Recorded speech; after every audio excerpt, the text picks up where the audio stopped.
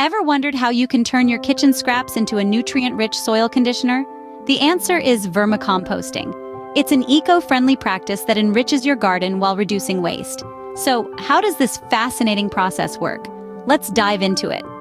Scene script. Vermicomposting involves a few simple steps. Let's dive right into it.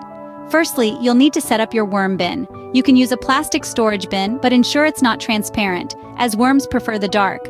Drill small holes around the sides for ventilation, and larger ones at the bottom for drainage. Place a tray underneath to catch any excess liquid, which makes an excellent plant fertilizer known as worm tea.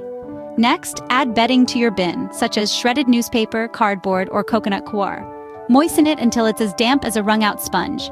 This will be your worm's home, so make it cozy. Now it's time to introduce your worms. Red wigglers are the best for this job.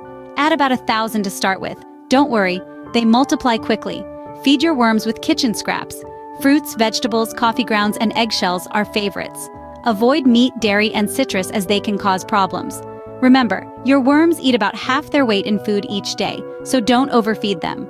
Lastly, after a few months, your compost will be ready to harvest. It will look like rich, dark soil and smell earthy. Simply scoop it out and leave the worms to continue their work. With these steps, you can create a sustainable cycle of waste and nutrient management right in your backyard. To make the most out of your vermicomposting journey, remember these key points.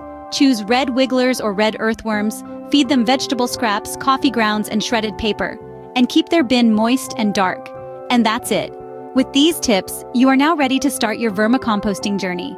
Remember, every little step towards sustainability makes a difference. Now that you're equipped with the knowledge, it's time to put it into action. Start your vermicomposting project and join the global effort to reduce waste. Don't forget to like this video and subscribe to our channel for more gardening and sustainability tips. Happy composting!